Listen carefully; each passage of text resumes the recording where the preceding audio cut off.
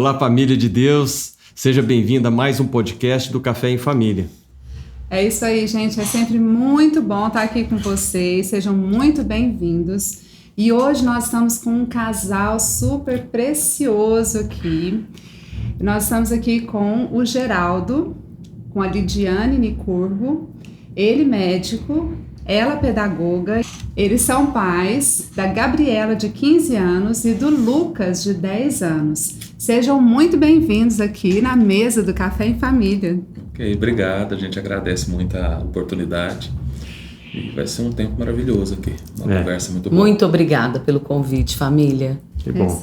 Tenho certeza que será um tempo precioso. E falando nisso, nós sabemos que todas as entrevistas, todo o conteúdo que tem sido produzido pelo Café em Família tem abençoado muitas vidas. Então aproveite agora esse momento, curte, compartilhe, né? Faz os seus comentários, porque dessa forma a plataforma entende que esse conteúdo está sendo relevante. E aproveite a oportunidade para dividir com as pessoas que você conhece, com seus amigos, com seus familiares, porque eu tenho certeza que o tema de hoje, o que nós vamos falar aqui, vai edificar muito as famílias que estão aí assistindo nesse exato momento.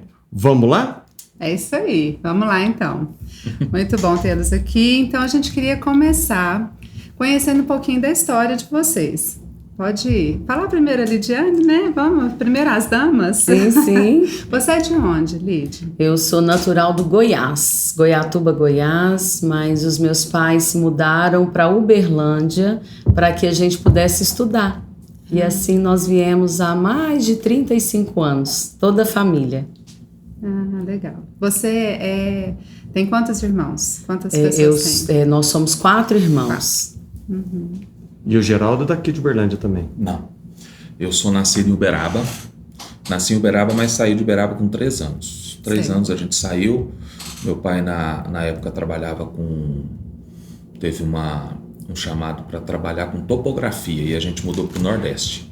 A gente morou em Maceió durante 2 anos. Eu voltei para Minas com 5.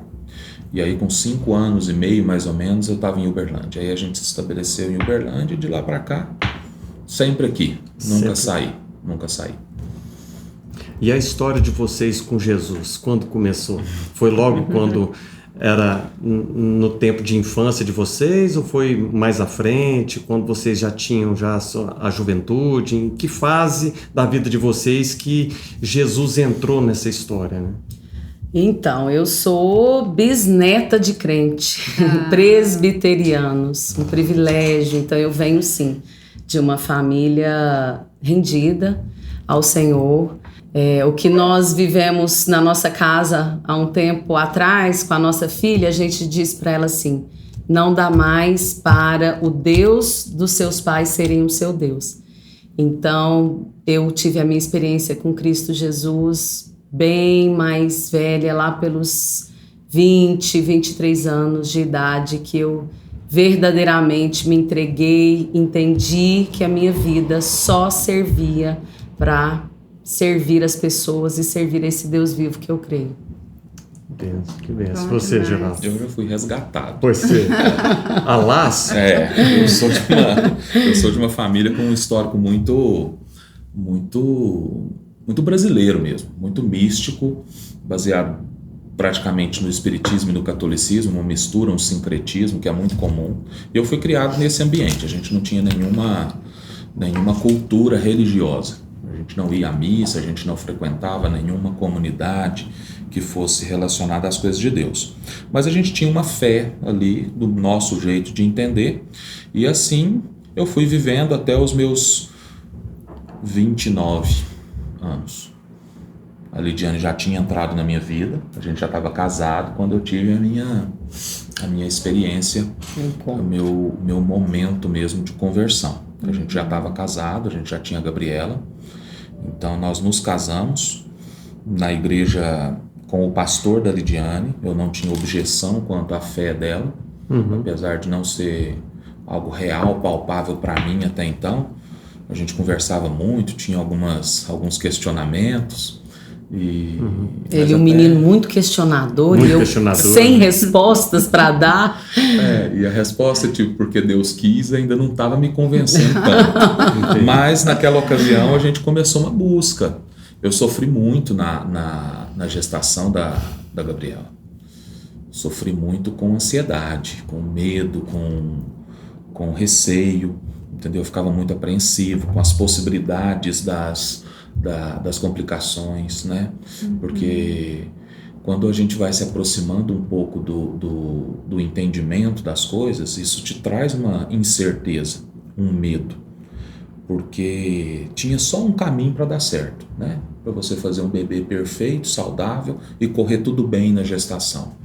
E eu ficava me apegando às inúmeras possibilidades ali de tragédias que poderia acontecer.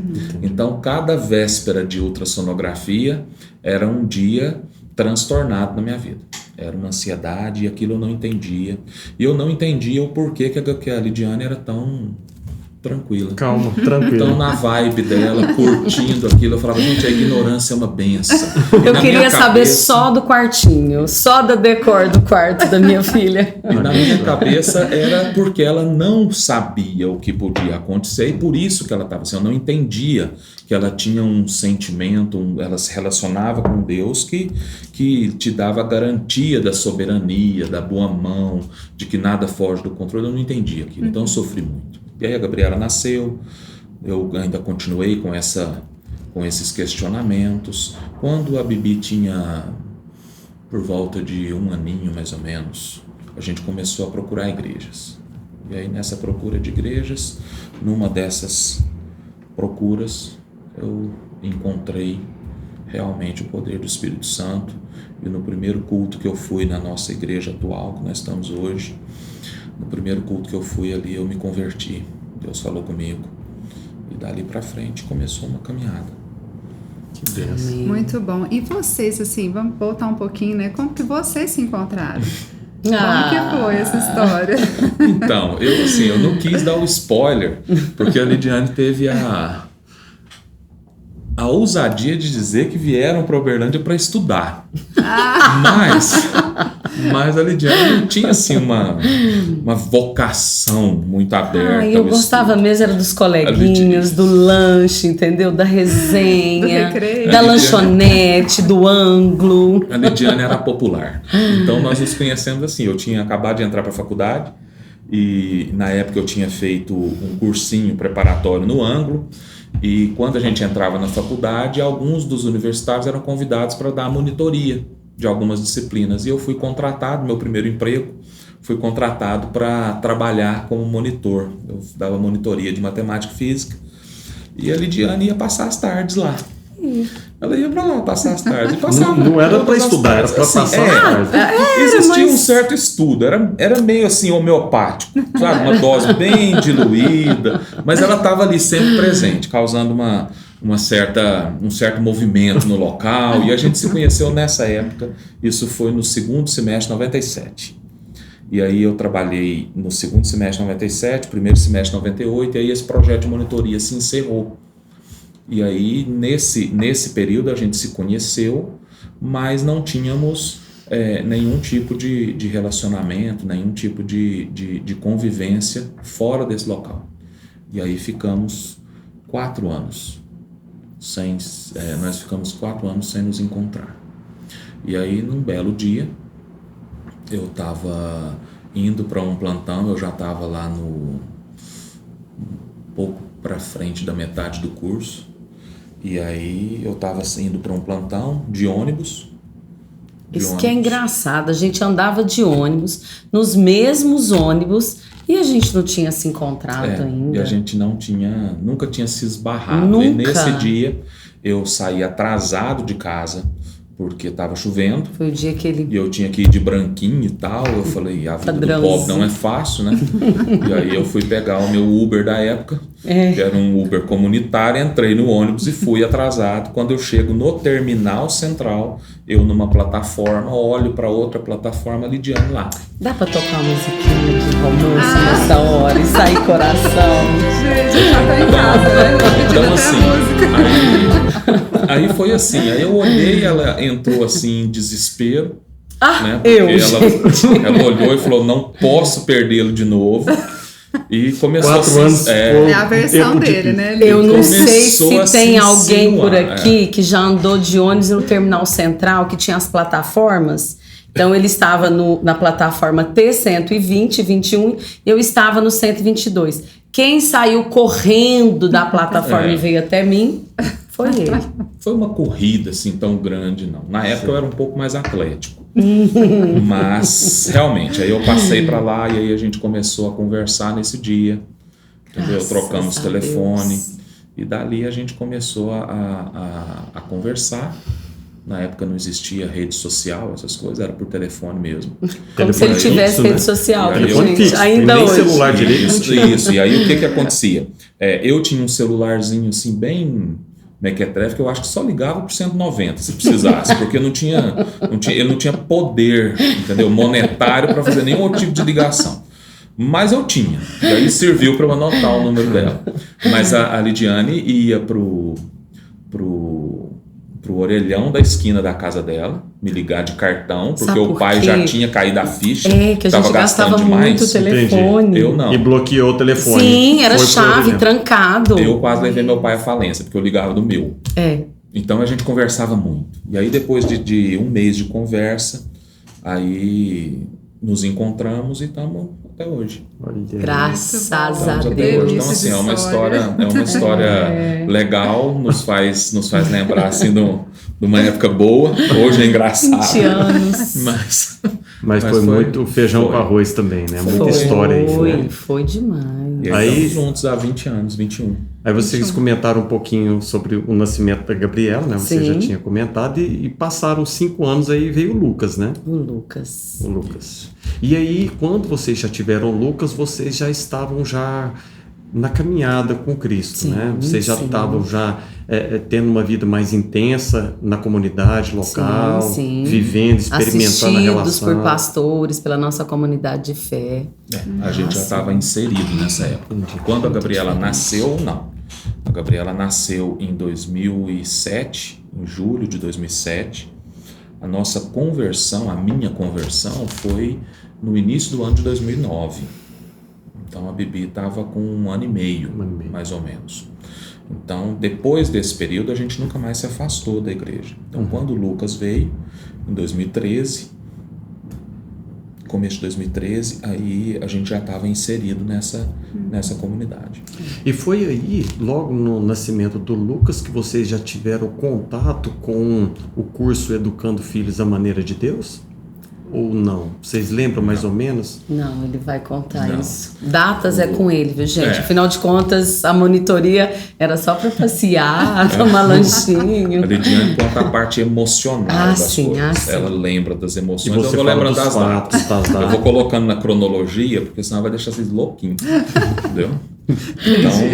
Então lá, cronologicamente, a gente viveu. Eu vivi um bom tempo ainda meio no automático em relação à criação de filhos. A gente tinha uma criação de filhos que aos olhos das pessoas era uma criação muito eficaz, muito positiva, com um resultado muito bom. E assim a gente ia, e por esse feedback das pessoas, a gente cria que nós estávamos no caminho certo. A gente criava a Gabriela, e a Gabriela era uma criança bem-vinda. Tem a ver com o temperamento da Gabriela. E aí então parece que chancelava que estava tudo correndo tudo bem. Chancelava, exatamente. Eu falo que eu falo no mundo gospel, né? No show gospel do mundo hoje, os meus testemunhos eles são muito sem graças. Eu não sou ex-nada a não ser um ex-corrupto, um autoritário, um ex-autoritário, um ex-orgulhoso, um ex-mentiroso, que hoje eu tento, entendeu? Ser uma pessoa bondosa, uma pessoa correta, uma pessoa justa, mas eu não tinha nada que aos olhos das pessoas chamassem tanta atenção. Parecia tudo normal. Os meus pecados eram muito internos, era vaidade, orgulho. Então eu era uma pessoa, e ainda tenho que lutar contra isso até hoje. Então não digo hora nenhuma que eu era no sentido de já ter superado, mas no sentido de naquela ocasião ser e não ter a consciência de que aquilo era um problema. Então eu tinha um orgulho muito grande, e isso transmitia no meu processo de educação para os meus filhos com um autoritarismo muito grande, porque eu queria que as coisas corressem tudo bem, e eu me sentiria muito mal se eu, por exemplo, fosse flagrado numa falha de educação com os meus filhos. Então a gente foi vivenciando isso. Por volta de 2015, 2015, né, para 2016, a gente teve contato com o curso de educação de filhos da UDF. Entendi. Eu queria dizer que tanto era, a gente tinha medo de falhar e não envolver ninguém na educação dos nossos filhos que não fosse a gente, então tem a ver talvez com essa altivez, né, de que a gente daria conta sozinho, que eu saí do trabalho, então eu tinha trabalhado por 10 anos numa escola privada aqui no ensino infantil, e fizemos um acordo que então eu iria ficar em casa e cuidar da Gabriela. E foi uma das melhores opções que a gente pôde ter. É um privilégio. Né? Então, assim, eu acho para que quem puder fazer essa opção, a gente olha para trás e a gente vê que é um privilégio a gente ter tido essa oportunidade de, naquela ocasião, a Lidiane ter condições de optar por estar em casa em período integral para acompanhar o crescimento e a educação nos primeiros 2 anos da Gabriela, depois do Lucas. Não foi fácil, muito massacre dos parentes, dos colegas, volta, não se subjugue, mas eu falava, mas é fácil, é leve. Porque fica parecendo, de acordo com o que o mundo prega, é como se fosse um retrocesso. Sim, isso, né? Sim. Porque você está se abdicando de uma vida profissional ou de carreira, um sucesso, de uma carreira, em detrimento que dos filhos ou da família. O que é isso, né? E hoje nós sabemos, assim, não hoje, né? Mas assim, a gente tem a consciência, o entendimento da importância da família, desse tempo dedicado, né? Sim. Na nossa casa também foi muito parecido, mas talvez foi um pouco sem entendimento. Sim. Mas foi algo meio que cultural, do tipo, olha, fique em casa cuidando das crianças que eu vou fazer de tudo para sair para caça, trazer o alimento e nos sustentar. Foi né? algo meio necessário, né? Porque a diferença das nossas filhas é 1 ano e 2 meses. E como elas nasceram antes, né, do tempo, a Fernanda estava com 5 meses e eu descobri que estava grávida da Ana Flávia. Então, elas muito pertinho, imagina, tem uma criança de 1 ano e 2 meses, nasce outra.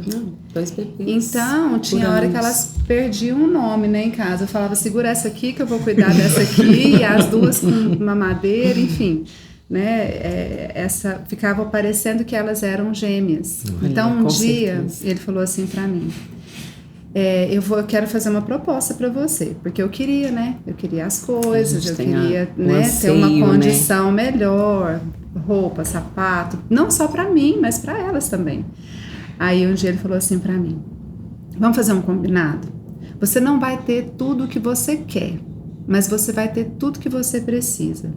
Eu preciso que você fique em casa e cuide delas. De corpo, alma e espírito. Espírito, né? Porque são muito pequenas, elas são, enfim, né? E também uma cultura da família. Aí eu falei, bom, então tá. Então é isso que nós vamos fazer. Aí... E mesmo sem ter a consciência plena do que aquilo significava, hoje nós colhemos os frutos disso. Né? Colhemos os frutos disso, mas na época não era um entendimento, não tinha uma consciência do que isso ia representar ao longo dos anos, né? Mas mesmo assim ainda sem parâmetro, por quê? Porque a gente achava que dava conta pelas nossas próprias forças, por aquilo que a gente já tinha adquirido ou pela referência das famílias que a gente tinha de cuidar delas e de educá-las baseado nas tentativas de erro e acerto da família. Então, eu observei que os meus pais tinham errado comigo, então eu evitava de fazer aquilo. mas na prática não dava certo. As coisas assim, não dava certo. Então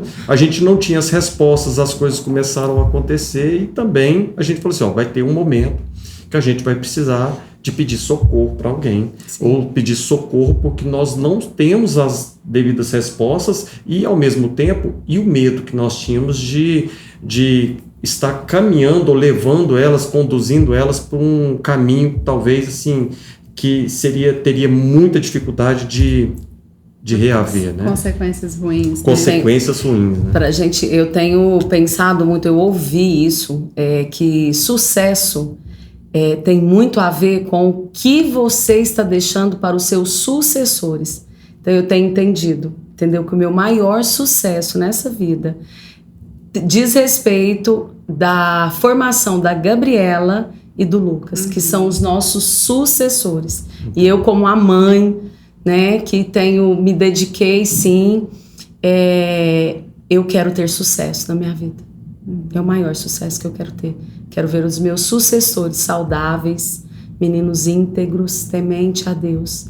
E eu quero encontrar meus filhos no céu. O que é mais importante, né? Encontrá-los no céu. Amém.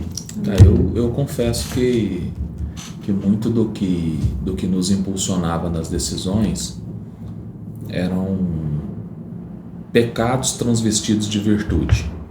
Então a gente tinha uma altivez, a gente tinha a prepotência de achar que estava caminhando no caminho certo, porque aos olhos do mundo a gente estava conseguindo um bom controle comportamental dos nossos filhos, mas algo transformador veio ao encontro da gente quando a gente entra em contato com uma visão diferente do que é criar um filho, do que é educar uma criança.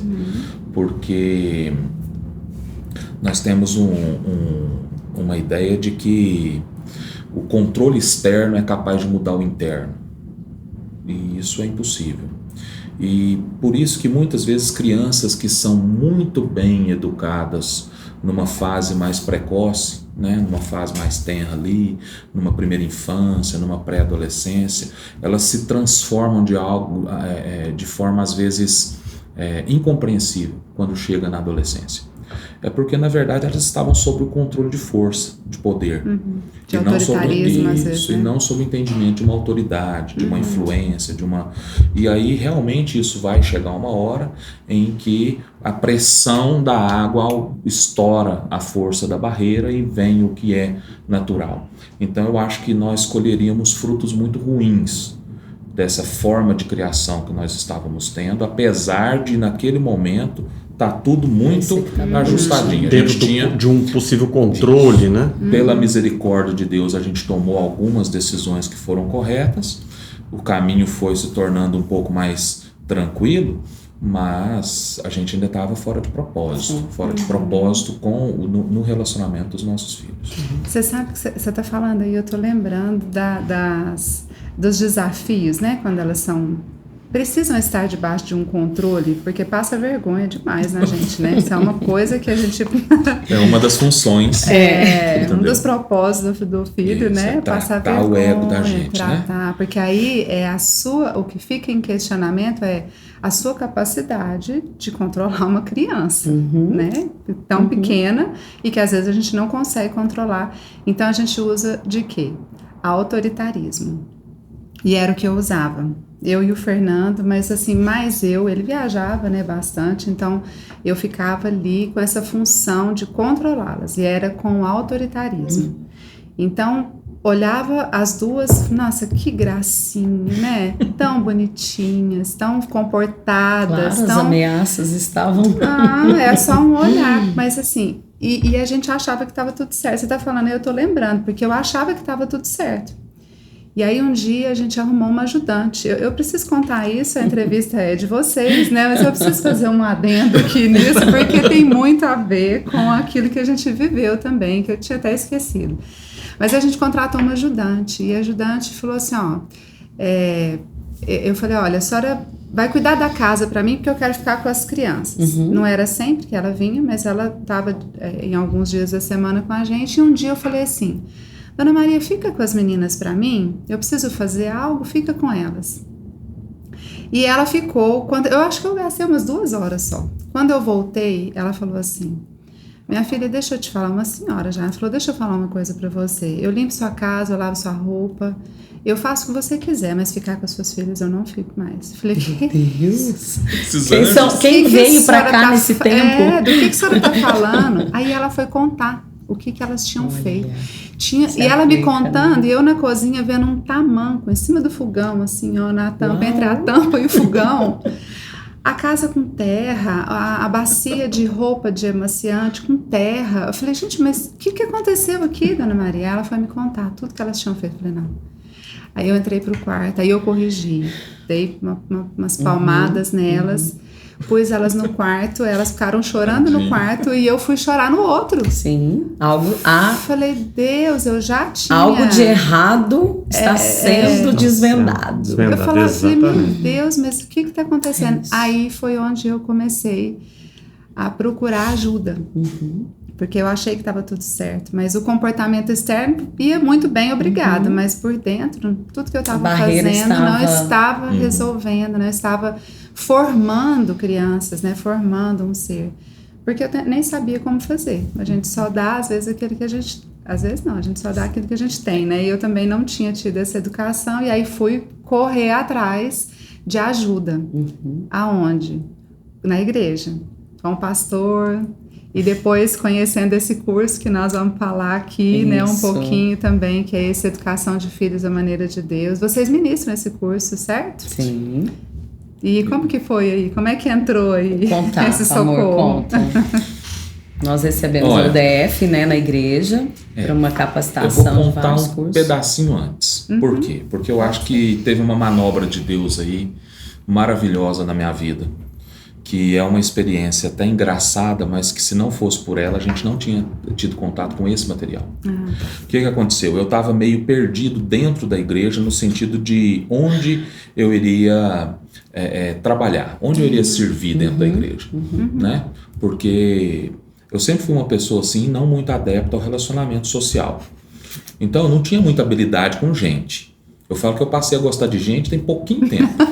Certo? Se é tem que pouco gosta, tempo. né? Eu falo que a primeira criança com a qual eu consegui fazer um gugu foi a Gabriela.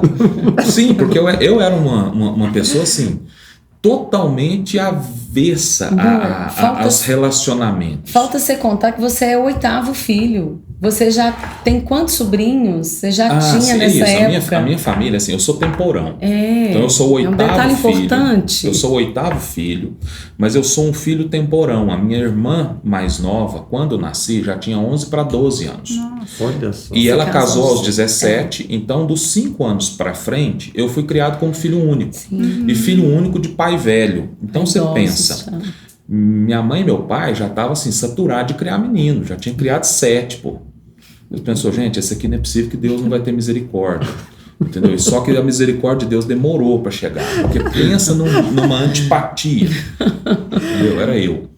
Então assim, aquele entojo, aquele nojo de gente. Não gostava de gente. Se a casa estava cheia, eu estava emburrado no quarto. Se chegava visita, eu não gostava de ficar junto. Era aquele engastar de gente. E a minha família entupida de gente.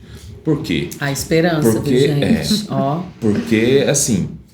Aí cada filho, cada irmão meu tinha 4, 3. Sim. Então assim... Então ele convivia com criança. Então tinha um monte de criança. Era quase um ministério infantil da sua casa. Você não está entendendo a família dele. Vinha pro Natal em casa, por exemplo, você chegava, tinha lá, você olhava, tinha aquele tanto de menino.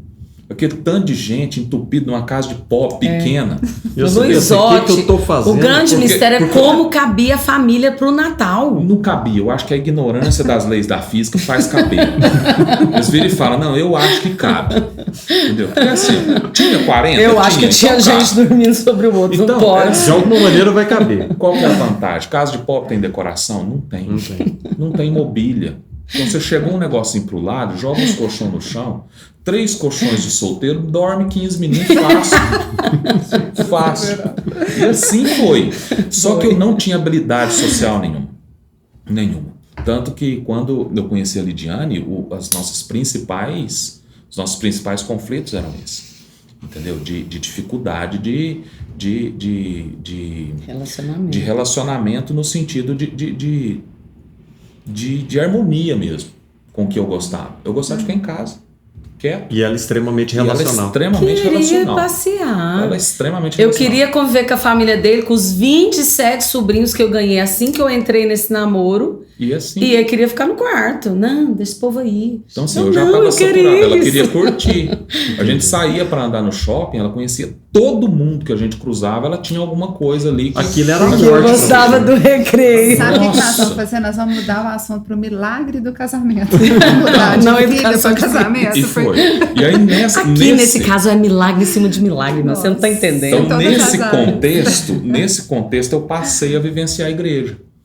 Então, eu não tinha habilidade relacional. Então, eu estava sendo curado por dentro, mas eu ainda não conseguia manifestar, entendeu? Nada disso de forma a relacionar com pessoas. Eu não tinha habilidade para lidar com gente. Não julgo que eu tenho ainda, mas estamos caminhando. E aí, nesse trajeto, a Lidiane, onde que a Lidiane servia na igreja? A Lidiane servia Uma no Ministério pedagoga Infantil. serve aonde? No Ministério Servia no Infantil. Ministério Infantil. Eu pensei comigo, aí nessa época eu já tinha um entendimento, pensei, não, como casal a gente vai servir junto. Fui para o Ministério Infantil.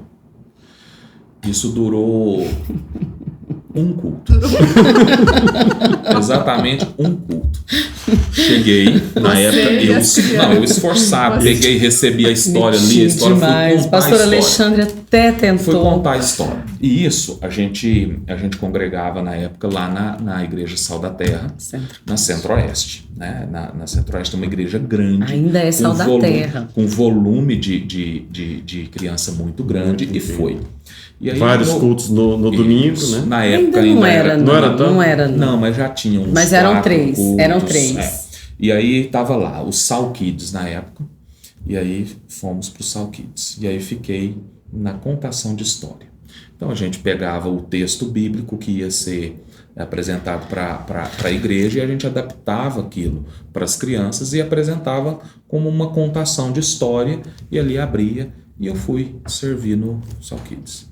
E nessa de servir no Sal Kids, eu fiquei um período ali tal, e foi na época que a UDF, que a nossa igreja entrou em contato com a UDF para trazer para Uberlândia um treinamento de líderes. Sim. Então, veio com a equipe da UDF todo o projeto que eles têm, né? Então veio o curso de Mulher Única, o curso de Homem ao Máximo, veio o curso de Educação de Filhos, veio o curso de Casais, então teve várias frentes.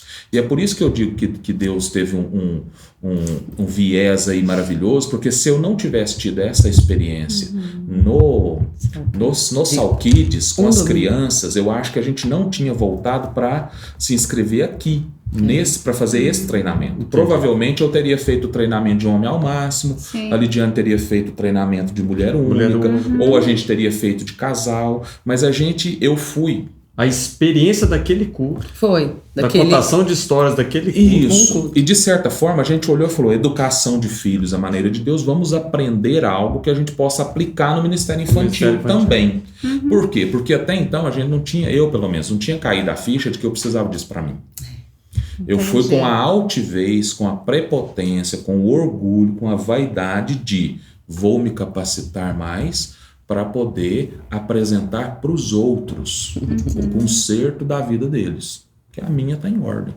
Filhinha, eu pensava padrão. assim, e foi filhinha assim. Que chegava na casa dos outros, colocava a mão para trás para olhar as coisas. Então a Bibi era assim, era aquela menina que você saía, todo mundo elogiava, o Luquinhas era novinho ainda, mas muito controlável, né? As pessoas perguntavam assim, mas e a fase de birra do seu filho? Eu falei, não, a gente não teve fase de birra. Por quê? Porque na primeira a gente corrigiu, pronto. Ele parou de dar birra, viu que não funcionava. Então a gente conversava assim, e a gente estava fazendo aquilo, algumas coisas acertando pela misericórdia de Deus, outras coisas forçando por um autoritarismo que não estava gerando fruto de verdade, mas estava gerando controle, e assim foi, a gente se inscreveu para preparar. E aí eu tive um culto muito traumático no S-Kids, porque as turmas eram divididas assim por idades, né? Por bloco, então tinha um bloquinho lá de 4 a 6, de 7 a 9 e depois de 10 a 12. Né? Então cada bloquinho ficava numa estação dentro do S-Kids, e aí eu estava lá contando a história, e eu tinha contado a história para os meninos de 9 a 12, E foi ótimo, contei a história, tranquilo. De repente troca, na hora que roda a estação, vem a turminha dos 4 aos 6. Aquilo veio como uma nuvem de gafanhoto pro meu lado. Você achou que era uma praga do Egito? Não, e aquilo veio, e eles adentraram assim o salão e começaram a rodar. E eu juro que eu vi alguns andando na parede. E aquilo começou a rodar, e na hora que eu olhava tinha um menino em cima do guindaste que segurava os holofotes, e eu ia buscar ele, o outro atrás da cortina, e aquela peleja, e a gente conseguiu dar uma controlada ali. Contei a história. E nesse dia estava você sozinho ou estava você e a Lidiane juntos? Estávamos juntos, mas tem mais equipe, gente. Graças a Deus. Tinha mais gente. O pastor Alexandre estava tocando o violão e tal. Mas você não tem noção do que são, tipo, 25, 30 crianças de 4 a 6 anos. Com aquela voracidade de explorar um ambiente. E aquilo eu vi, assim, faísca saindo. E aí, na hora que correu aquele negócio, terminou a história, aí a história terminou um pouquinho, faltava tipo uns 3 minutinhos para rodar as estações de novo, e os meninos pegaram fogo outra vez. Você foi controlar um outro menino, e aí tinha um menino que eu já estava olhando, e esse é o que estava andando nas paredes. Eu falava, gente, como que esse menino anda nas paredes? E ele andava e corria, subia e tal. Era o futuro levita, né? Aí eu peguei ele, lacei ele assim, falava, vem cá no tio. Tentando ser simpático. Uma simpatia que eu não sabia de onde que eu estava tirando. Vem cá no tio. Olhei bem para ele, falei, e aí? Como que foi a história? O que você gostou? Qual que é o personagem que você mais gosta? Ele olhou para mim e falou assim, do Lobo Mau. Aí eu falei, vai em paz, que outro te evangeliza, meu filho. E soltei para ele correr de novo. Eu falei, isso não é para mim.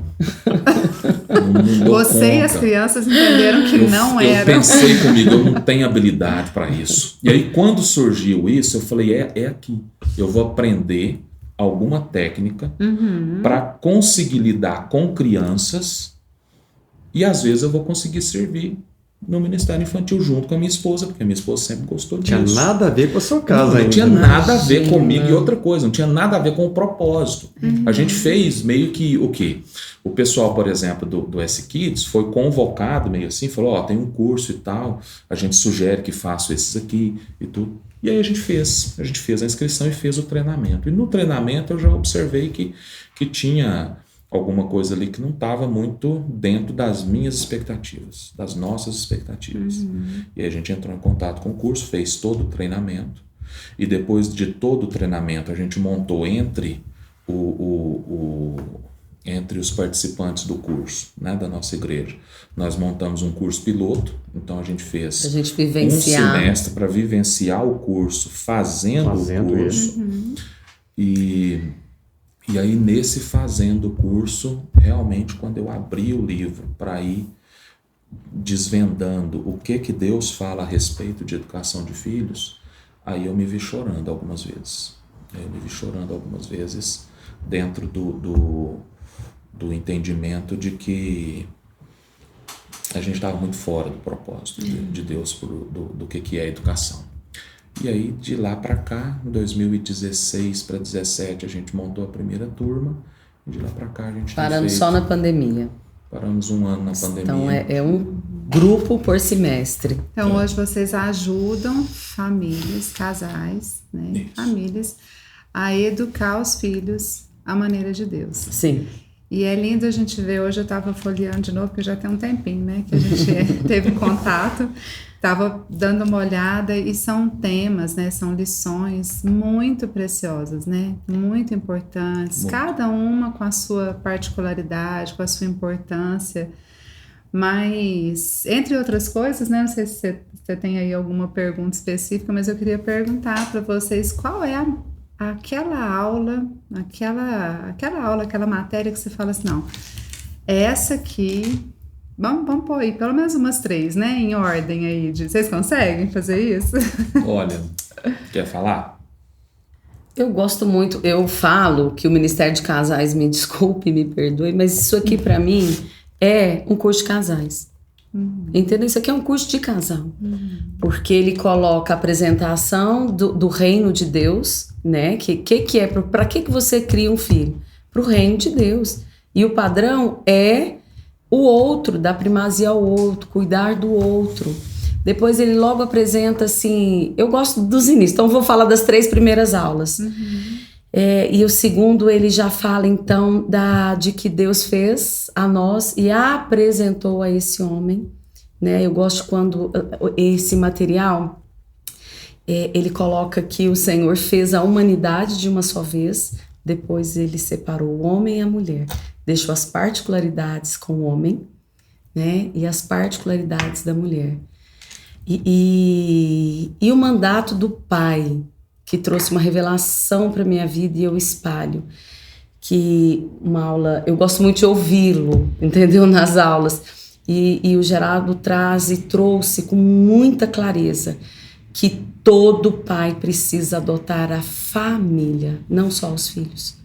Porque nenhum pai é bom marido se ele não é um bom pai, se ele não é um bom marido. Isso não é verdade, isso não é consistente, e isso, uma hora ou outra, isso cai por terra. Gosto muito das 3 primeiras aulas. As 3 primeiras, né, que são... Começando certo. Como criar um filho moral. Começando certo. E como dizer eu te amo, que fala das 5 linguagens de amor. Que é a terceira. O mandato do Pai é o quarto. A quarta lição. Mas eu gosto muito a respeito, então, do que o livro traz. Ele nos transforma em sermos justos com os nossos filhos. Porque muitas vezes a gente cobra do seu filho, né, um comportamento, uma conduta que não houve instrução, né? E aí ele diz que a gente é muito injusto porque a gente não instruiu e a gente quer cobrar. O que mais me chocou no livro foi quando eu li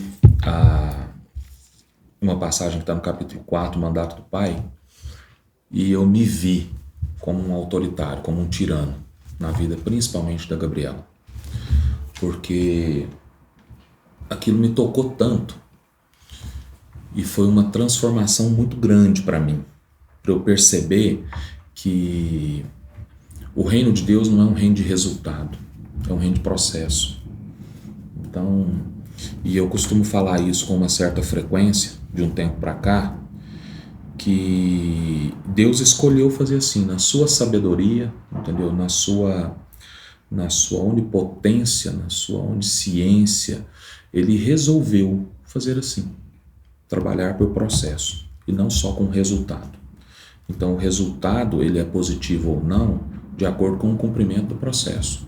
Você não pode, então não é a qualquer custo que você chega no destino que você quer. Então não é o reino de Deus não é um reino só de destino, é um reino de caminho. Tanto que Jesus diz que ele é o caminho, né? Ele não é só o alvo, ele é o nosso modelo, ele é o varão perfeito, mas ele não é só um alvo a ser atingido, ele é um caminho a ser desfrutado, a ser caminhado. Então, quando eu entendi isso, eu percebi que por mais que eu tivesse tendo resultados aparentemente positivos, eu estava destruindo minha filha. Eu estava sendo um tirano, e aí eu chorei. Foi a primeira vez que eu chorei. E eu chorei porque naquela época eu tive um entendimento de que a humanidade, ela é de certa forma boa para identificar problemas. Nós somos bons para identificar o que não está funcionando muito bem. A gente é ruim para propor solução, entendeu? E aí a sabedoria humana, ela se mostra terrena e demoníaca. Por quê? Porque nós temos um comportamento muito pendular, né?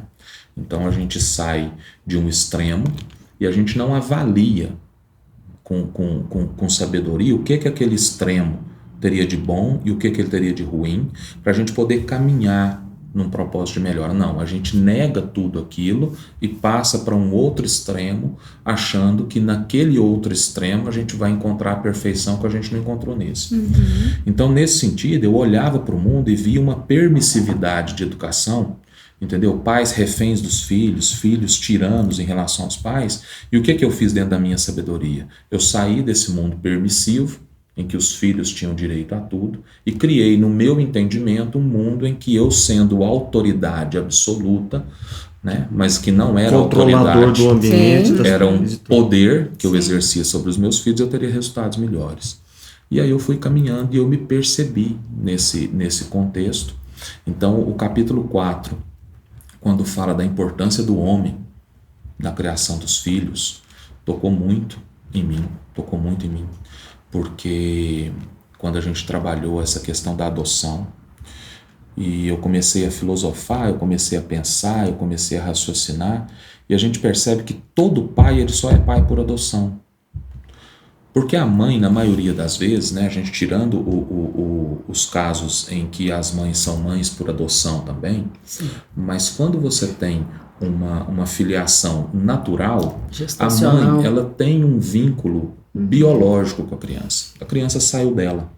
Então a criança meio que já reconhece o corpo da mãe, ela reconhece o cheiro da mãe, a voz da mãe, a batida do coração da mãe, até que tem alguns estudos que mostram que a criança nem se vê como um ser diferente da mãe até certa idade. Né? Então ali nos primeiros 3 meses a criança identifica a mãe, o seio da mãe como se fosse uma extensão do próprio corpo, é uma vivência muito comum, e o pai não, o pai é algo que está por fora. O pai curtiu essa gravidez olhando de fora para dentro, né? Ele não sentiu enjoo, ele não sentiu um chutinho, ele não sentiu uma indigestão ou uma queimação, não. Ele esteve presente. Então, quando essa criança nasce, eu acho que o primeiro ponto que a gente tem que fazer é o quê? Eu tenho que adotar. E se eu não tiver uma adoção em amor, eu nunca vou ser pai, eu vou parar no progenitor. Mesmo de um filho biológico. Nós estamos falando de um filho biológico que precisa adotar. E eu preciso adotar. E eu preciso adotar aquela criança. E não só a criança, eu tenho que adotar aquela mãe. Aquela mãe é minha. Ela é responsabilidade minha. Eu respondo por ela. Por quê? Porque ela se tornou mãe porque eu atuei. Então é um conjunto, é um bloco. Quando você percebe que o relacionamento de pai, de mãe, ele é consequência do relacionamento de marido e mulher, e isso está no capítulo 2, do Começando Certo, é maravilhoso, porque você cura o casamento. Você cura o casamento. Então, quando a gente cura o casamento, você passa a olhar para os seus filhos com outro entendimento, entendeu? Você tem uma estabilidade conjugal, uma unidade conjugal, isso leva a uma identidade familiar, você chama o pai para dentro desse teatro, entendeu? Para atuar naquilo que muitas vezes nós somos omissos. Né? O pecado do homem é ser omisso. O pecado da mulher é dar conversa para quem não tem que dar e falar o que não devia. Isso desde a do Éden. Esse é o pecado da mulher. Certo? O pecado da mulher é esse. Ela é mais suscetível a vozes que não deveria ouvir, entendeu? E toma atitudes que não deveria tomar. E qual que é o pecado do homem? O pecado do homem é ser omisso, entendeu? É ser omisso. Proteger, não Adão estava ali do lado de Eva quando tudo aconteceu. Ele só tinha que ter o entendimento de que ele era responsável, não é dono, é ser responsável pela esposa que Deus tinha dado. Então ele deveria ter atuado e falado, peraí, que conversa torta é essa que está vindo aqui pro lado da minha mulher? Vem cá. O que você está entendendo? Deixa eu te proteger. Isso. Eu vou cuidar de você. Então, esse sentimento de adoção mudou minha vida. E aí, a partir do momento que você adota a sua família, você começa a agir com uma autoridade e deixa o autoritarismo de lado. E aí você se sente responsável. Eu respondo por essas pessoas. E aí você responde no sentido de sacerdócio. Os filhos não são nossos tesouros? Se os filhos são nossos tesouros, Deus nos deu para um propósito. Todo tesouro da terra tem um propósito. Qual o propósito? Ele não é um tesouro por si só, ele tem que ter um propósito. O ouro só é um tesouro porque ele tem o potencial de gerar riqueza. Porque senão ele não era valioso. Então os nossos filhos, eles têm que ser olhados com esse sentimento de que nós somos sacerdotes. E então o capítulo 2 de Começando Certo, né? O capítulo 1 eu adoro também, porque fala muito de ética, de moral, como que a gente consegue entender e quebrar esse paradigma da volatilidade, né? Da superficialidade, da temporalidade da ética humana, e quando a gente passa para o absoluto de Deus, né? Sai da referência só comportamental e entra no moral, né? Para trabalhar o profundo. Criança moral, né? Que é quando você entra nesse mundo e você passa a perceber que Deus tem um propósito muito maior de tratar almas, de curar almas, de resgatar almas para si, de curar o seu coração, de converter o seu coração, você começa a olhar para o seu filho com um senso de misericórdia e justiça. De misericórdia e justiça. E aí seu amor cresce mais ainda. Porque não é só mais aquele amor de posse, do tipo assim, é meu filho, então eu amo, ele é lindo, ele é o menino mais bonito. Vou colocar laço, vai ser o primeiro da escola. Não é isso. Não é mais esse amor de posse, porque é meu, eu amo. Não, é um amor que você consegue exercer no sentido de propósito. Eu amo porque eu respondo por ele. Deus me chamou para ser sacerdote na vida dessa criança. E para entregá-lo para a sociedade moralmente responsável. Perfeito. Para que ele dando primazia ao outro e não a si mesmo. Então, e diante desse entendimento da consciência que vocês adquiriram, né, em Deus, e têm transmitido essas informações, essas verdades absolutas de Deus para a vida dos pais, assim, nesse tempo de hoje, quais têm sido os desafios de transmitir essa mensagem para os pais? Porque nós temos vivido cada vez mais um mundo, e os pais cada vez mais a gente percebe desfocados, né? Perdidos. Não compreendendo aquele processo que você falou, da necessidade de passar por processo. Parece que são pais apenas resolutivos, que eles querem crianças comportamentalmente, que têm um comportamento aceitável, e só dá a liberdade que os filhos parecem que querem, e está desconstruindo alguns valores, desconstruindo tanta coisa. Tem sido muitos desafios, né? Mas passar essa mensagem para os pais no tempo de hoje, o que isso tem significado assim para vocês? Que desafio que é esse? Eu vou começar falando que eu vou te dizer que está até fácil, sabe por quê? Porque está muito contraditório. O blog que falava que lá atrás, nos anos 80, que você não podia traumatizar, corrigir, né? Disciplinar, não vamos nem usar o termo palmadas, hoje ele fala que você tem que causar frustração no seu filho, para que quando uma namorada de 12 anos terminar com ele não suicide. Então assim, eu vou te dizer, tá fácil, não tá difícil. A questão é que, infelizmente, são meninos criando meninos. Então, a dificuldade está nisso. A gente fala assim, que lembra do ovo. Pouco tempo, e um tempo recente, não se podia comer ovo que dava colesterol. Agora, para você ter uma vida saudável, você tem que comer ovo. Entende? Então, assim, mas o interesse, então a fala, o que é consistente do material é fácil dizer, porque de verdade é um material tão antigo, né? Você estava dizendo aí que você teve contato com ele talvez na 3ª edição. Sim. E ela está na 5ª. 99, né? A gente estava olhando aqui, acho Olha que aí. é a 3ª edição, né? E ele é um material, não se falava de internet. Esse livro não fala de internet, não fala de videogame, não fala de jogos. E ele é absolutamente aplicável, ainda hoje, em 2023. A questão, meu amigo, sabe o que é? Os pais não querem terem cursos de coisas que falam do eterno, de coisas que falam do processo, de tempo que você vai estudar e fala assim, isso não é absoluto, porque não é 10 passos para criar um filho educado. Não é 5 passos, não. Não é resolutivo, é redentivo, né? É diferente. É redentivo. Não é. Então, nós temos visto uma diminuição de procura, tá? E, surpreendentemente, esse semestre, nós estamos com 11 casais e 2 co-líder. Então, assim, mas nos últimos anos nós estávamos, assim, com uma procura baixa. E a gente entende que não tem os passos, não é rápido, não é fast food, não é aquilo que ele vai lá, são 17 aulas, né? Nós vamos estar junto com essas famílias por 4 meses. E é uma dedicação. É comum esses pais procurarem logo nas primeiras aulas respostas de coisas básicas, do tipo, como que eu vou fazer o meu filho a parar de dar birra? Como que eu vou fazer? Geralmente são perguntas muito mais para tentar moldar prática, o comportamento. né? Eles querem logo na prática. E aí que o Geraldo logo coloca assim, deixa eu falar, existe uma base para chegar lá na correção.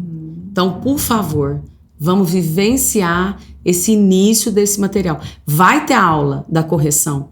Na verdade, a gente fala que não tem passo, mas tem, para que você seja justo na correção do seu filho. Toda uma construção. Acho que trabalhar com as coisas de Deus é fácil no sentido de que elas são absolutas. Por quê? Porque a gente fala, por exemplo, de um material que é antigo, mas não é antigo no sentido de ultrapassado. Jamais. É antigo no sentido temporal do nosso entendimento. Mas as verdades são absolutas. São absolutas. Elas existem, entendeu? Elas estão ali e elas vão permanecer. Às vezes a gente pode mudar uma linguagem, uma aplicação prática, mas o princípio é o mesmo. Né? O cerne é o mesmo. O jeito de fazer é o mesmo. O que eu percebo hoje que a maior dificuldade dos pais em nos receber, porque falar pra gente, entendeu? Não tem dificuldade. Por quê? Porque tem que ser mesmo algo que seja combativo. Não tem como. Se você fizer um curso desse e achar que as coisas que você encontra na Bíblia a respeito de educação de filhos, elas são coerentes com as coisas que você encontra no mundo, é porque você não entendeu, ou o mundo ou a Bíblia, entendeu? Porque elas são auto-excludentes. Não tem como a gente trazer harmonia para esses dois entendimentos que são tão opostos. Mas o que eu percebo é que hoje a gente lida com uma geração, e aí essa geração é culpa nossa, entendeu? Por quê? Porque se nós estamos lidando com essa geração ela não apareceu do nada. Essa geração ela é fruto de uma geração anterior. Então, se essa geração anterior não cuidou, entendeu? A próxima geração ela vai sofrer. Então, nós vemos hoje, entendeu? Pessoas totalmente perdidas porque elas sofrem em decorrência da geração anterior. Agora eu fico pensando na próxima. A próxima é pela misericórdia de Deus que vai dar uma ressurgida. Então hoje a gente lida com problemas do tipo simples, básicos. Por exemplo, as pessoas hoje não sabem diferenciar o que é querer ter filho e o que é querer ser pai. São coisas totalmente diferentes. Querer ter filho é você ter acesso a algo que você está olhando com o olhar, entendeu? De consumidor. Eu quero ter um filho porque o filho me traz o que eu quero, me traz a satisfação e o prazer que eu desejo. Mas quando você olha o filho com o olhar de pai, você olha o filho no sentido de ele é a minha responsabilidade. Eu respondo por ele. Então a formação do caráter do meu filho, ela precisa passar por mim, entendeu? O cuidado e a proteção do meu filho precisa passar por mim. A provisão, entendeu? E o sustento do meu filho tem que passar por mim. E aí todos os campos você olha com uma responsabilidade diferente. Hoje as pessoas falam em ter filhos da mesma forma que falam em ter uma samambaia. Um pet. Entendeu? Um pet. Tem pai nem de vamos pet. falar das famílias pet. Tem pai de pet, entendeu? Eu não quero diminuir a importância do pet na vida das pessoas, mas eu não posso deixar de elevar a importância de um filho na vida de um dos pais. Perfeito. Então a gente não pode descer a importância das coisas, né? Então assim, eu tenho uma cachorrinha, eu amo ela, entendeu? Gosto, mas ela é minha cachorra. Ela é minha cachorra. Entendeu? Mas os meus filhos são diferentes. Hoje as pessoas perderam essa noção. E aí a gente vê um monte de pais imaturos, reféns de filhos tiranos, e aí é uma criança pegando na mão de outra criança para passear no shopping. Aí você não sabe qual das duas está dando mais birra. Entendeu? Se é a criança deitada no chão porque quer comprar o que não pode, ou se é a mãe tentando corrigir com outro tipo de birra. Não, vamos largar para trás porque aí, entendeu? Ela vê que não sei o que, aí larga o menino para trás, aí fica um dando birras diferentes. Não sabe quem está mais perdido na história, né? São duas birras diferentes. Porque quando você larga um menino para trás, causando um tumulto num local social, entendeu? E sai andando, concluindo que aquela criança, se ela não tiver a mãe perto, ela vai parar de dar birra, a mãe está dando uma birra também. Que é o quê? Eu estou dando a birra de não dar atenção.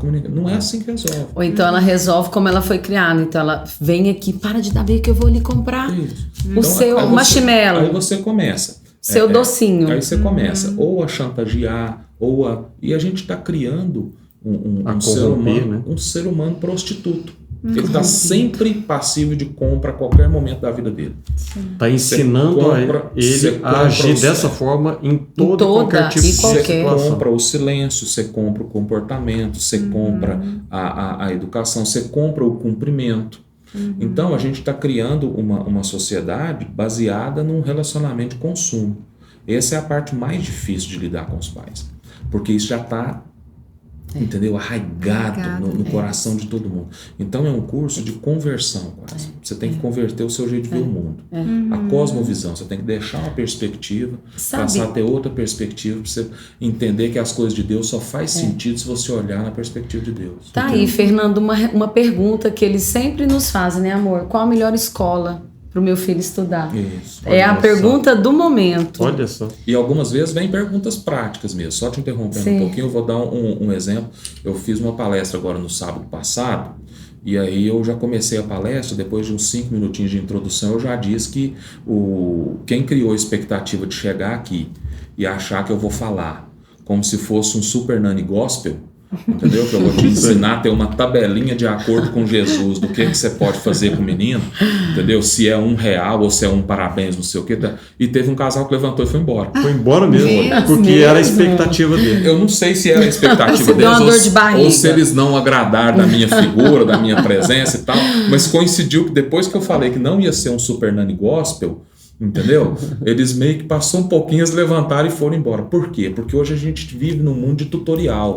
Sim. Você entra, por exemplo, no YouTube e fala assim, eu nunca fiz um café. Como que faz café? Aí lá tem 3 passos para fazer um café. Entendeu? Mas a gente não sabe o que você está procurando.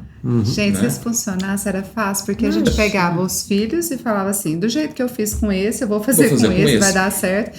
Aqui em casa não funcionou. O que eu fazia com a Fernanda, a gente fazia com a Fernanda, né? Não. Aí falava, gente, totalmente vamos lá diferente. tomar uma vacina, vamos tomar uma injeção. Vai doer? Vai, filha, vai doer assim, mostrava, né? E ela ia bonitinha, só enchia o olhinho d'água.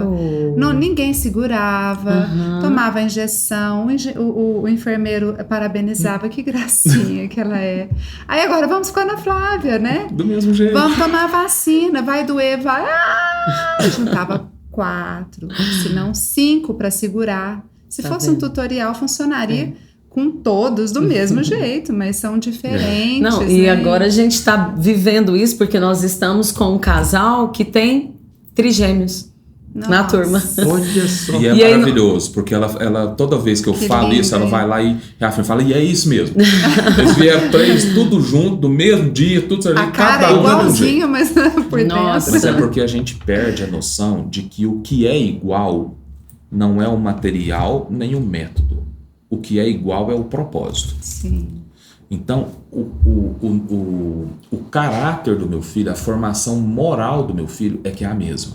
Então, quando eu falo em termos de virtude, né? Então, se eu falo de gentileza, de honestidade, de altruísmo, entendeu? De responsabilidade, eu estou falando de virtudes de Deus, que são eternas, absolutas, e elas são iguais para qualquer pessoa.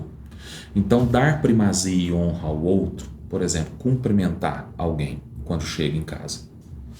Uma criança que ela tem um temperamento mais extrovertido, não vai ter dificuldade nenhuma de se ensinar ela a cumprimentar. Mas será que ela está cumprimentando porque ela é socialmente mais afetiva ou porque ela entendeu a importância de dar honra, de dar primazia, de mostrar respeito, cuidado, amor com quem está chegando? Mas se você tiver o tímido já vai ter dificuldade de cumprimentar. Então a gente não pode baixar o padrão, a régua de Deus, para falar, não, de acordo com o meu temperamento, a minha personalidade, eu vou fazer isso ou não. Não, eu vou trabalhar com um método diferente, num material diferente. Então, o filho é diferente, então o material é diferente. O método que eu usei para esse é explicar o porquê que ele vai ter que fazer para ele passar a fazer o que ele já estava fazendo naturalmente, mas com entendimento.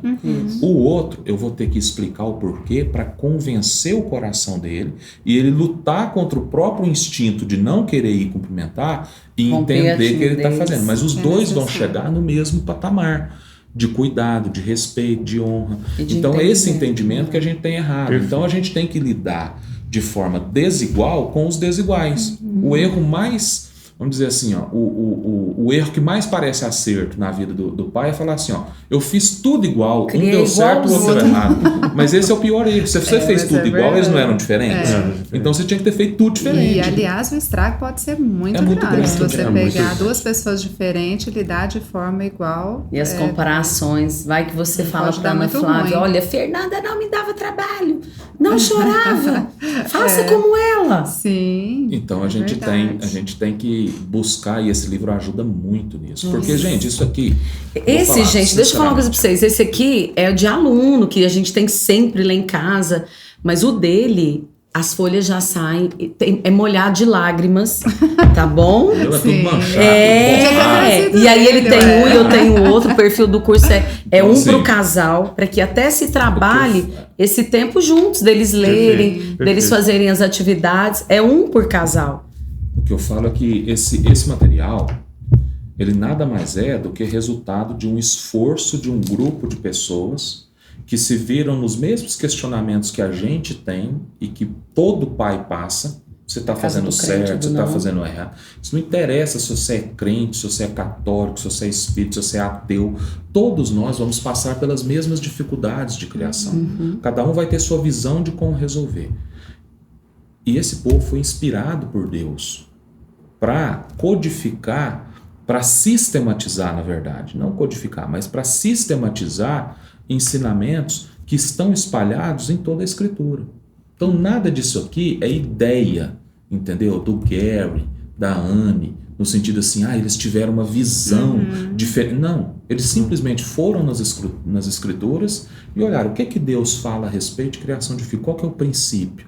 E eles foram sistematizando isso de um modo mais palatável, de um modo mais fácil da gente entender, de um modo mais sistematizado, didático. E assim, isso é um material maravilhoso, mas é totalmente referenciado na Bíblia. E é possível, né? E é possível. Quantos casais, quantas famílias ao redor de todo mundo já foram abençoados através desse conteúdo, dessa didática, dessa pedagogia, dessa maneira sistemática que esse casal, né, que originou, ou seja, que foi tocado por Deus e buscou junto com outros a organizar essa mensagem, esse conteúdo. É possível. É possível. É possível. Não existe situação tão difícil que Deus não possa corrigir. Amém. O importante realmente abrir o coração, estar com acesso aberto para que Deus possa estar trazendo essas verdades, esses princípios para tratar os pais. Não é tratar os filhos, é tratar os pais. Educando pais, a maneira de Deus. Educando pais, né? Para que os pais possam compreender esse princípio e gradativamente, dentro do processo, e incutindo no coração dos filhos essas verdades, né? Eu gostei muito quando você fala sobre assumir a responsabilidade e fala sobre assumir também a paternidade e as pessoas, os pais, muitos pais de hoje não conseguem compreender essa relação do que significa assumir essa responsabilidade de ser pai, de assumir, de adotar a família, né? Aspectos. Eu falo o seguinte, o pai é uma consequência do homem. Hoje, os seres do sexo masculino, eles não se tornam homens. E não se tornando homens, eles não estão prontos para se tornar pais. E eles deixam para se tornar homens e pais depois que eles já engravidaram alguém. Então, eles sempre se estacionam naquela fase do procriador, né? Eu vejo o seguinte, a relação do pai com o filho tem 3 níveis. E olha para você ver que o ser humano ele é capaz de identificar as problemáticas, ele não é capaz de propor resolver uma solução adequada. Então, por exemplo, nosso Deus, ele se apresentou para nós primeiro como o nosso Criador. Ele é o nosso Criador, ele nos gerou. Ele nos gerou e fez de nós o quê? Criaturas. Então, nascemos. Então, a humanidade nasceu pelo poder gerador de Deus. Certo? A humanidade precisava agora ser o quê? Sustentada e protegida. O Deus nosso se apresenta agora num segundo nível de relacionamento, que é o nível do relacional do Pai provedor. Então, o Pai provedor e protetor. Ele nos provê aquilo que precisamos e nos protege daquilo que poderia nos fazer mal. Só que existe um terceiro nível relacional. E a maioria de nós, a gente não acessa isso, que é o nível do Pai relacional, que é quando o Pai adota o Filho em amor e se relaciona com ele, como sendo o sacerdote e ele o discípulo, para um processo de formação. E isso a gente vê Deus fazendo. Por quê? Porque quando Jesus diz que ele é o caminho, a verdade e a vida, e ninguém vem ao Pai se não for por ele. Olha só, Jesus não fala que ninguém vem a Deus a não ser por ele, porque Deus é onipresente. Deus está em todo lugar. Então qualquer criatura, ela já desfruta da presença de Deus. E ela já desfruta de uma graça e de uma misericórdia comum a todas as criaturas. Porque se não fosse pela misericórdia e graça de Deus, nenhum estaria respirando. Porque o nosso pecado é digno de um salário que é a morte. Então, somente pela misericórdia e graça comum de Deus a todas as criaturas é que nós estamos vivos. Agora, nós só adentramos ao espaço de nos relacionarmos com Deus como Pai e Filho por meio de Cristo. Então Jesus fala, ninguém vem ao Pai. Então você só se torna filho e ele Pai quando você adentra nessa perspectiva de Jesus.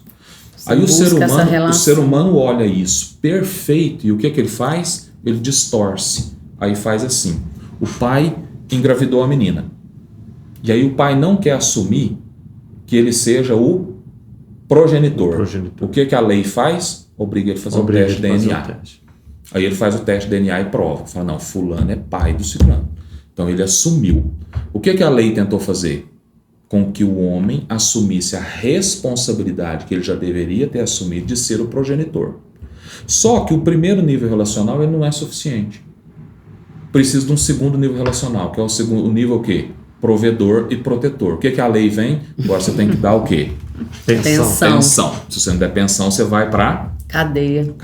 E não só você. E aí o que acontece? Familiares. Os pais começam a assumir que são os progenitores, assumir que são os provedores, porque tem uma lei externa que obriga. Só que aí a humanidade conseguiu perceber que ainda não era suficiente, que você precisava que o pai se relacionasse com o filho. E aí começou agora a ter a alienação afetiva. Você agora está querendo, por meio de uma lei, obrigar que o pai ame o filho. Ou processar e se relacione com o filho. E se o pai não fizer isso, o filho pode processar o pai. Olha só, é a humanidade conseguindo perceber a mazela que ela vive, mas não olhando para onde ela tem que olhar e buscar a solução. Ela está buscando nela mesma. Alternativas nela mesma para tentar corrigir um buraco que ela mesma provocou. Isso nunca vai acontecer, porque não é de fora para dentro. Se você não transforma o coração desse homem para quando ele se tornar um progenitor, ele assuma a responsabilidade de que ele é o progenitor.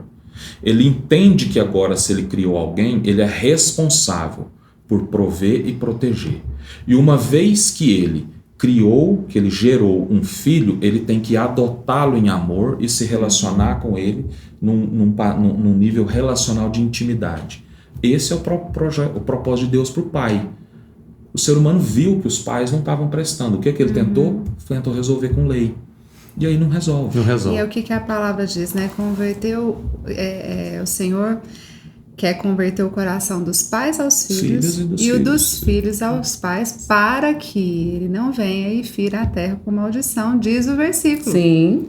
Porque essa Olha que aplicável, bagunça que tá, né? É isso. E as consequências que essa bagunça gera no coração das pessoas, no coração dos pais, no coração dos filhos, realmente só triste. graça e misericórdia. E aí o que acontece muitas vezes é que, no intuito, as mulheres estão se empoderando daquilo que é maldição.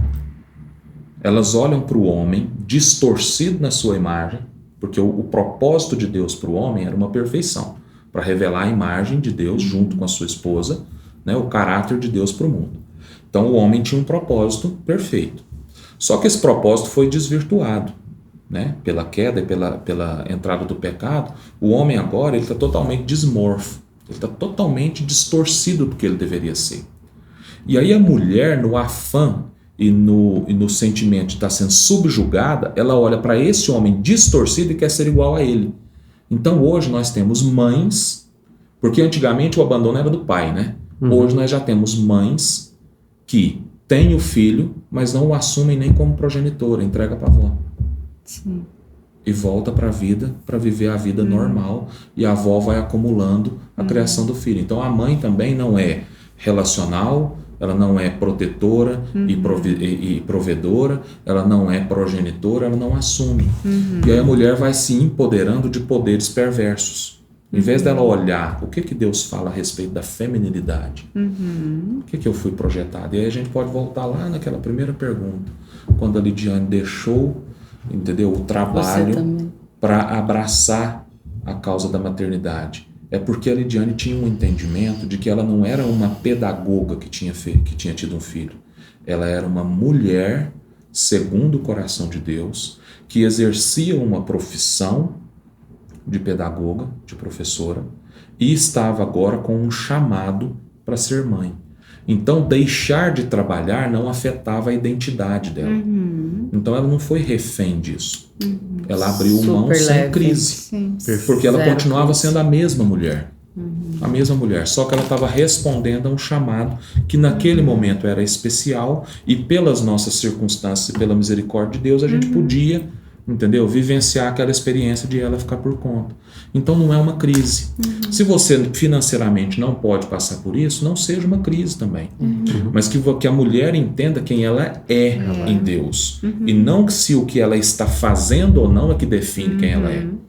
Porque aí nessa luta por fazer tudo, a mulher abre mão de ser o que ela tem que ser. No meu caso foi um pouquinho diferente do seu, porque eu ainda não tinha me formado quando eu tive as meninas. Então eu tive essa crise de, afinal de contas, e a minha formação. Mas quando eu abri mão, né, a gente conversou e eu abri mão e falei, não, então agora é maternidade? É maternidade. Então, e chegou um ponto da caminhada, eu tinha o 2º grau completo, mas não tinha feito faculdade. Chegou um ponto que elas começaram a me incentivar, já maiorzinha. Mãe, vai pra escola, vamos fazer, a senhora não tem faculdade, né? Vamos fazer faculdade. E eu fui nesse processo, ainda fiz 2 faculdades. É só. E com incentivo delas, sabe assim, então, né, a senhora deixou um tempo aí pra cuidar da gente, mas agora vamos lá, vamos estudar, né? Vamos formar e tudo assim, porque às vezes entra nessa crise, né? E também nem precisava. Eu nem precisava ter me formado para ser. Sim. Ser mulher, ser filha amada, ser mãe, né? Não há necessidade. Mas se isso é importante, tem o seu tempo para fazer as coisas, né? Olha, até hoje me pergunta, eu digo foi fácil, porque eu sou casada com um homem. Entendeu? Um homem. Então, deixa eu te falar, meus filhos nunca me subjugaram. Mas você não faz nada? Só cuida de casa? Mas o que você faz? É outro padrão, né? Mas por quê? Porque elas nunca viram esse pai subjugar. Os filhos nunca viram esse cara me dizer ou cobrar de mim que eu estava gastando o dinheiro da casa, rompendo o orçamento da família, sabe? Desajustando. Ele aprovava. E quando o pai aprova, apoia, existe a unidade mesmo desse casamento, anterior aos filhos, isso é leve. Vem nos perguntar na época, sabe? E o Geraldo fala assim, sua esposa tem convicção da identidade dela? Porque senão pode ficar pior. Uma mulher dentro de casa sem trabalhar, ela pode entrar numa crise que vai ficar muito pior. Que legal, ó. Gente, Para você, que conversa boa. maravilhosa, né? Tá muito bom, e eu creio que teremos outras oportunidades, de repente estender um pouquinho mais esse assunto, verdade. caminhar, Abrir o aprofundar livro, cada quem vez sabe? mais. Quem sabe abrir o livro, porque eu tenho certeza que você que está nos ouvindo, assistindo o canal do Café em Família, eu tenho certeza que você está sendo muito abençoado por essas verdades, por essa profundidade, né, que está sendo tratada aqui, mesmo com toda a simplicidade que existe, né, na fala, nessa relação, nessa experiência de vida desse casal. Muito então, leve, né? Muito leve. a E forma. aproveita, olha. Divida esse conteúdo, divida essa preciosidade com seus amigos, com seus familiares, com pais que você conhece que têm passado por dificuldades, porque de repente algo que tem sido falado aqui pode realmente abençoar, virar uma chave, pode de repente transformar o entendimento daquele pai, daquela mãe que tem vivido uma certa tensão ou de repente uma dificuldade, né, familiar com seus filhos, né, e que pode de repente às vezes virar essa chave e fazer com que eles tenham a oportunidade de gritar por socorro, porque existe aí muitos casais, muitas pessoas que têm assim dedicado a sua vida para poder dividir essas virtudes, dividir esse conhecimento, para que mais famílias possam realmente caminhar por esse processo rumo a cumprir esse propósito, né? A maneira de Deus, né? A maneira de Deus, né? Propósito, a maneira Eu quero de deixar Deus. aqui uma sugestão. Sim. Vamos trazer os nossos filhos no próximo encontro? Vamos. Perguntar a vida prática, abrir o livro, mas ele sendo lido. Isso aí. Como que seu pai te Legal. corrige? Como que seu pai te Amei orienta a nisso? ideia. Vamos? Eles são muito, eles assim realmente têm convicção, né? Ah, pode Eles têm trazer. convicção e Isso é coragem, muito né? bom. E Isso é muito convicção legal. daquilo que eles Não, estão e se fazendo. eles errarem, nós vamos Intuição, né? corrigir aqui na mesa, por que não? Se eles derem uma Família resposta é assim, desvirtuosa, a gente vai corrigir A a gente não mesa. corta, né, produção? A gente não corta. Vamos deixar o senhor pegar Combinado. fogo. Vamos lá. Pode vamos lá. chamar Mas isso é Lucas bom. e Gabriela. Isso é uma maneira de encorajá-los, né? Gostei da Encorajá-los a ideia. cada vez mais a transmitir aquilo que eles têm recebido, né? Estamos Sim, Porque aqui, né? a maneira de Deus é abençoar, né? Amém. É dividir, Dividir, é compartilhar. compartilhar, né? E é tão bom quando nós compartilhamos os nossos filhos também, não é isso? É. Para que outros sejam abençoados e assim a gente vai multiplicando essa vida de Deus, né? Gente, nas muito pessoas. muito obrigada mesmo por gente ter que aceitado esse convite, por estar aqui, despendendo o tempo de vocês. A gente pode dizer para o pessoal que quem quiser fazer o curso no próximo semestre pode deixar ali Pode. eu quero fazer. Pode. Então vai lá, né, no comentário, fala, eu quero fazer, que a gente vai colocar você em contato com eles, para que vocês possam fazer parte da próxima turma. Contato né? com a igreja também, né? Com a Isso, nossa vocês inscrição. dois são presbíteros no Somos. Sal da Terra. Somos. Granja Marileusa agora, Sim, né? sim. É isso aí, foi um prazer ter vocês aqui, gente. Prazer foi nosso. A Obrigada. gente agradece e muito obrigado mesmo pela oportunidade aí. Que bom. Obrigado. É Um isso beijo aí. no coração de vocês. Para você que nos Beijo. assistiu até aqui, um beijo no seu isso coração. aí. Deus te abençoe e até o próximo podcast do Café em Família. Até mais, gente. Tchau, tchau. Até.